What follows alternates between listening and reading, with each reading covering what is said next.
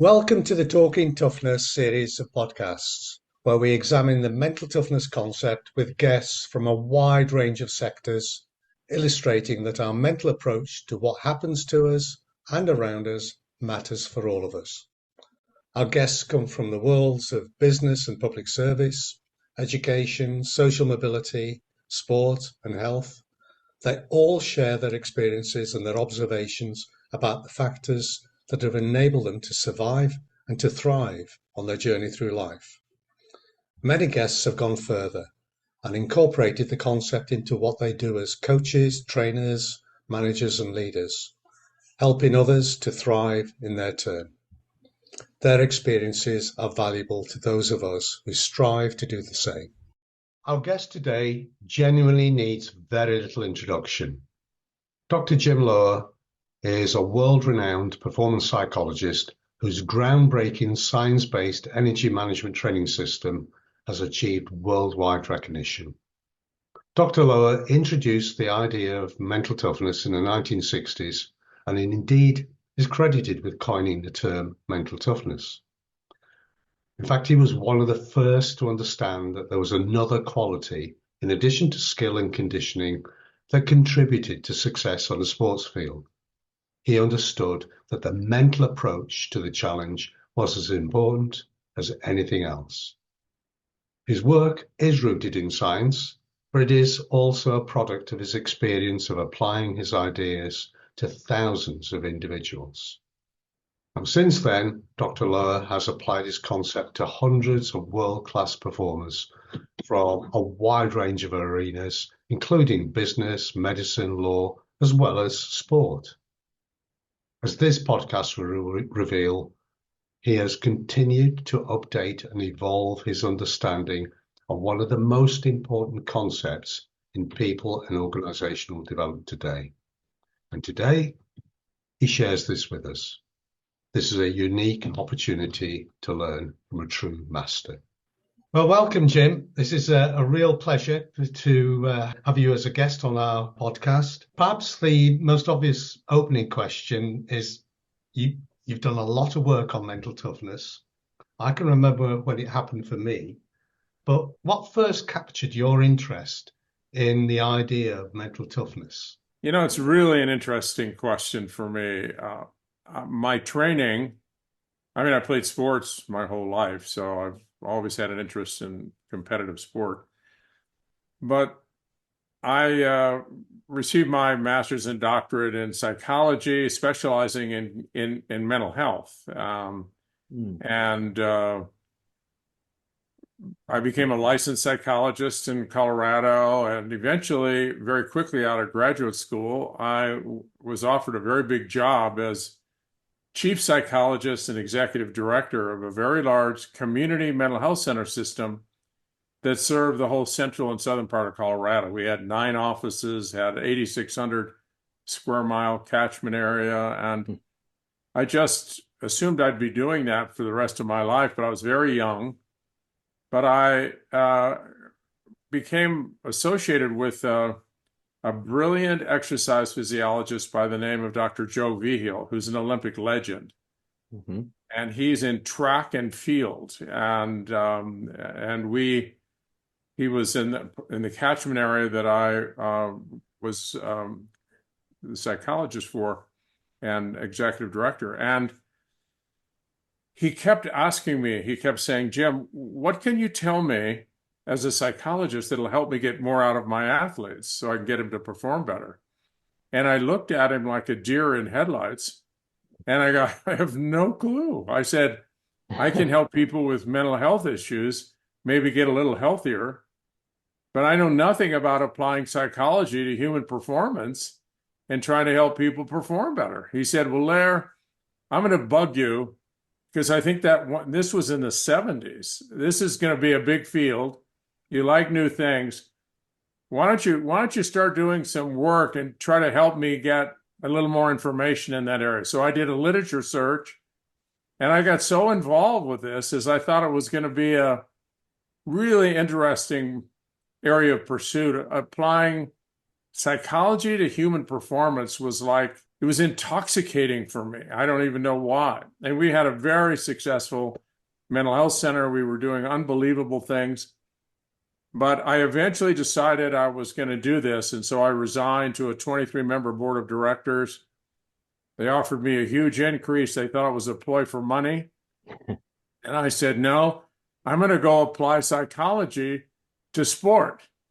And they looked at me and thought, oh my God, Loehr has literally melted down. He can't handle the stress. So, but I moved to Denver, set up a private practice, called it the Center for Athletic Excellence. And across the street from the University of Denver sports science program. And I began to realize I didn't know anything. I mean, I started having clients and I thought, I got to learn. I don't know anything about this. What am I doing practicing something I don't know anything about? And so I started looking. Jimmy Connors was the #1 competitor in the world of sport. And I thought, maybe if I studied the great athletes that are around, and just by chance, Jimmy Connors was opening up a new tennis center in Florida outside of Fort Myers. And they were advertising for someone to run the whole facility. A guy by the name of Bob Davis. And I called Bob and I said, I'm a sports psychologist, which didn't even exist at that time. And I said, I'll run your whole facility, run your tennis and everything else. But I want to have access to Jimmy's brain. And I want to be able to study him and learn from him because he's probably the best competitor right now in the world of tennis. He said, oh, no problem. But he didn't clear it with Jimmy. And Jim's going, well, who in the hell is this guy? I was there for 2 years, and I realized that if everyone had to be like Jimmy Connors to perform well, I'm out. No, I mean, he was a very unique competitor. He had a very unique approach. And the Nick Bollettieri Tennis Academy was just down the road or up the road. And I was working with a lot of Nick's players, and he didn't like them on the road. So he encouraged me to set my institute up at his facility, gave me access to all of the kids there. And Andre Agassi and Jim Courier, Monica Seles, David Wheaton, Martin Blackman, just on and on. It was the most incredible living laboratory of high performance in tennis that I could ever imagine. I was there for 6 years, and I had them hooked up to more telemetry than you can possibly imagine. I still have boxes of data that I computerized stuff that was just so invaluable for me. And for me, at the end of 6 years, for me, it was like the equivalent of 2 PhDs or 3 PhDs in high performance. And then from there, I joined forces with Dr. Jack Groppel, who had his PhD in bioengineering, and we decided to set up the Human Performance Institute in 1992 and apply most of the things that I had learned and what he had learned as the head of the biomechanics lab at the University of Illinois to performers of all kind. And we, by the time, by 2008, we had some 250,000 people go through the Institute, and just about every conceivable sport. I worked with 17 #1s in the world. And Johnson & Johnson bought the Institute, which is really kind of crazy. I'm sorry I ever sold it because it was a living dream for me to be there. We had special forces in the military, Navy SEALs, Army Rangers, FBI hostage rescue teams, gold medalists, silver medalists. I mean, the whole world we had complete hockey teams, race car teams. We had them all there. And that is where I learned most of my ideas and thoughts and around the notion of mental toughness. And I stayed on for another 6 years to make the transition more, kind of smooth. And then I've just continued to work in this area. I continue to write books. I've written 19 books on all this. So, and every book I write, I don't really write it for any other purpose other than I've had this extraordinary opportunity with lots of world-class teachers. I feel like all the athletes that I've had a chance to work with and executives, they have been my teachers. And when I come up with an insight, I write about it. And hopefully, and hoping that maybe this will give others kind of a leg up. They didn't have my opportunities, and maybe it will work for them, maybe it doesn't. But I kind of feel like my role is to try to dig, just like the both of you, dig is deep. I feel like I'm a science guy. I'm a data guy. I love big data sets and trends. And anybody at the Institute could see me collecting data like crazy and at the Nick Bollettieri Tennis Academy. But I have one foot in the applied area and I really want to apply it. So most of my work, I try to draw from science. But if you only do what science says you can do, you wouldn't be able to do much. And, it's just very limited. You got to take a leap here or there, connect the dots. And that's what I've tried to do. And I've been very fortunate to have great teachers. Yeah, it's incredible actually when you when you lay it out like that. It's it's like the world's most impressive verbal Wikipedia page,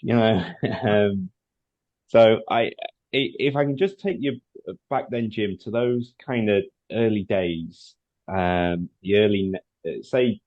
early 90s of when you've got the likes of Courier and Agassi, and you say you're collecting so much data. Presumably at that point, there's an element of, right, all these guys are clearly brilliant at what they do. So is part of that data collection to go, well, what is it that's brilliant? Because, someone like Courier and Agassi, both extremely successful, but I would imagine from a mental point of view, pretty different guys as well, right? Yeah. One of probably the seminal work that I was involved in, I looked at 21 different sports, and I got access to a lot of very high-level performers. And I asked them all the same question. I asked them to put down when they are absolutely performing at their best, at the ideal level of performance that they could imagine. I wanted them to use the words to describe it, what it was like from the inside. What were they feeling? What were they thinking? What was going on? And just to use whatever descriptors came to mind. Then I took all that data and I crunched it all down, and I took those words that were the 12 most common descriptors that people used, and I came up with this concept of an ideal performance state.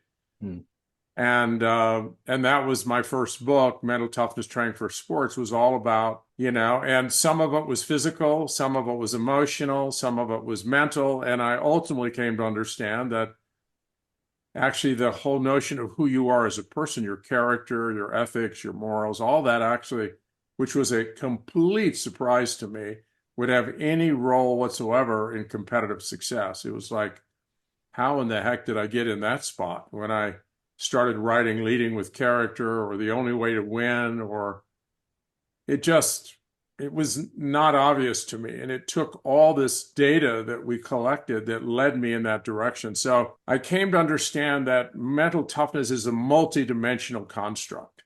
It's not one-dimensional.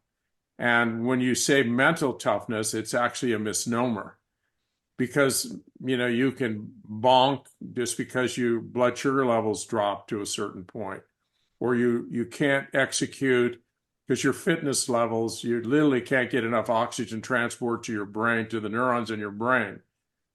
The food you eat, your fitness, the amount of sleep you get is going to contribute or undermine your ability to access your ideal performance state. And emotionally, anger, frustration, resentment, jealousy, 1,000,001 things can come in, and emotions really run the show, dictate what you're thinking and what's going on with cortisol levels and all these other adrenal cortical hormones. And then, what you're thinking clearly impacts the performance, your ability to stay in the present, to the language I came to learn that you use in coaching yourself in that inner voice. There's a lot of factors. And then there is this character factor that came as a complete surprise, that who are you as a person, and kind of what strengths do you have in terms of this notion that we are social creatures, and that your treatment of others, which came very late in my understanding, and I've written about it a lot, that you can get to the top running roughshod, cheating your way to the top, stepping over dead bodies, but there is this hidden scorecard that we never get enough. I call it the achievement addiction. You become addicted to the next achievement, and that's where you get your sense of value. You're only as good as your last performance. So, and then I began to look deeper into that, and it really was your treatment of other human beings. And no one ever, I certainly didn't, thought that would be an equation somehow in mental toughness, in sustained mental toughness. So, and the whole notion of purpose, and got me into that, also that spiritual dimension. Why are you competing? What are you doing this for? What are you trying to accomplish? What is this all about for you? How does this connect to the meaning, might be the ultimate mission of your life? So I started getting deeper and deeper into that, and that unearthed all kinds of things that helped me understand that we're very complicated creatures. And mental toughness is, like you indicated, that you've got 8 dimensions. There's probably a lot more, but it's not a one-dimensional construct. And those that think it is, I don't think have got it wired up right. Yeah. One of my favorite phrases is that I'm yet to meet a simple person. I've met a few that if you've got preconceptions about them, you think they're going to be simple, but sure, once you get into a conversation, we are complex creatures, and that's why all of sports science needs to be rallied in understanding how the brain actually works under pressure, how cortisol, how glucose, how oxygen transport, how sleep, how what you think, your inner voice, how various emotional states of joy and happiness versus anger, frustration, and even why you're competing, your sense of purpose, your love of what you're doing. Are you doing it because you love to do it, or are you trying to build a sense that you are a valuable person, and without the competition, you really don't feel you have much value? I've been through that a million times from Sunday, and you begin to change gradually your understanding of what we're dealing with here. And what I came to feel was the person is far more important than the athlete. You really got to get in there and understand them as a human being first, and care about them as a person. And then they begin to trust that you're going to get inside their system, which is very complex. Absolutely. I noticed that you refer to character a lot. How do you relate character to mental toughness? It took me 45 years to get there.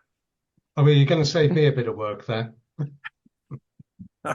There were a lot of things that took me there. One of them was this notion of purpose. What I've come to understand is that, who we were as a species. I wrote this book, Sapiens Reinvented, is my last book. And I looked even long before that, but we're social creatures. And those that were one-offs that went off to survive in Homo sapiens history were at a severe, serious disadvantage in terms of survival. And that the 2 coded imperatives in survival are, number 1, your own survival, and then the survival of your progeny. That your tribe, your unit, your group, whatever it is, you began to realize that the way you treat other people and treatment of other people becomes an ultimate scorecard for survival. And kindness and caring and compassion and sharing, and that's how man survived for thousands and thousands of years. And those that just didn't have that, went off on their own, didn't make it for the most part. And that became embedded in kind of the ultimate scorecard inside of us, that we can treat people really badly, go off and do our own thing, but there's a sense of emptiness that I found in high-level achievers who really didn't really get to that sense. And again, this achievement addiction, I've spent a fair amount of time in it, this nucleus accumbens that releases dopamine and gets something, but you become addicted to achievement, and it's only as fulfilling as your last achievement. And when you have people who have what I would call a self-transcending purpose, a purpose that's way beyond themselves, and it actually, it seems almost to be a counter purpose with being a competitor in an individual sport. It might be more obvious on a team sport where everyone comes together, it helps each other be better. But every individual sport is also a team sport. Yeah. Even Dan Jansen has a whole team of people around him. Exercise physiologists, nutritionists, sports psychologists, coaches, and even the way he treats the media and everyone. I mean, it takes a village to produce an extraordinary performer. And so as I got into this more, I began to realize that there are two kinds of character. One is performance character, which helps you perform really well, focus and attitude and, all these things, giving 100% effort, and even things that are so obvious, decisiveness. There's a whole bevy of those that I've written about. But the one that actually predicted sustained performance for us best was who you are in terms of your ethics and the way you treat other people. And the whole notion is the golden rule: treat others the way you want to be treated. So I developed an entire system in tennis called the 16-second cure, the between point time, and then I redid it 2.0. But it's kind of like there is a hidden scorecard that we all, our brains, our neuroprocessors are keeping track of this. And I don't know how many thousands of years will be before we get rid of it. But the way you treat others is an important part of your value in yourself and connected to what has been the survival of your species. And so the way you look at yourself, much broader than yourself, your kindness, your honesty, your integrity, your humility, all of these things we found played an important role in your fully functioning as a person. And to do that, I mean, they add value to your ability to compete, because you can compete out of joy, not just out of a sense of, I have to do this. I need to win another gold medal to make me feel good. And that'll be my 11th, because I think the others were all pure accident. And that every year I have this longing to go back in and to prove myself, when in fact, if you look, I'm sure you've read Andre Agassi's book, Open, where it was his sense of purpose that changed everything. And I spent a lot of time when he was at the Nick Bollettieri Tennis Academy looking at him and many others. And when he changed his purpose to building a charter school for kids and really was not interested in fame, money, or glory, it brought him no happiness. What brought him happiness and joy and catapulted him to #1 in the world again, and a sustained sense of connection to the world that he had never had before.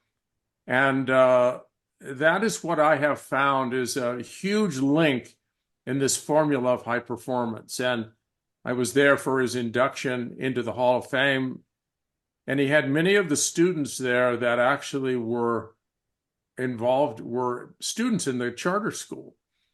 And they talked about the impact that this school had had in their lives.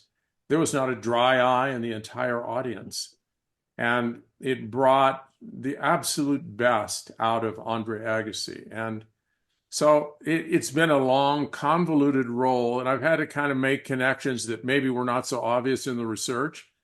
but it's kind of how I've gone. And now I place the person first.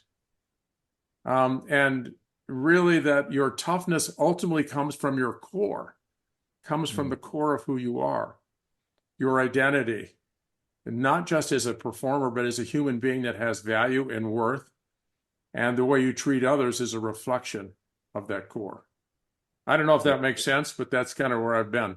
Well, not only does it make sense, but it's incredibly reassuring because it's pretty much the direction we're heading in. I mean, we haven't written as many books as you have, Jim, but we've just written a book on leadership, which is called Who Cares Wins. And Say it again. It's called Who Cares Wins. Oh, Who Cares Wins. Oh, I love that. I love that. So we'll send you a copy. Well, I would love to see it. Yeah, fantastic. And that echoes something else you said earlier about you were privileged to learn from so many people. Yeah. The key to that book was somebody I worked with, and I learned more about leadership from him than I ever did on any course or any training program I ever attended. And I just watched somebody. They figured it out, and those are the insights that help us, find a path, a trajectory that is actually grounded in something that we can see living proof of. Absolutely. And then the reassuring thing is we're bold enough to publish this now because we can see a turning point. The old idea of command and control is beginning to disappear. And sadly, that was associated with a harsh form of mental toughness. Right. Military drill sergeant's toughness. Yeah, exactly. And, for a long while, when I was applying my trade in organizational development, I would come across chief executives, and I was grateful to them because they brought me lots of business. But they would say, I've got to the top of the organization, I'm incredibly able, but nobody will do what I want them to do.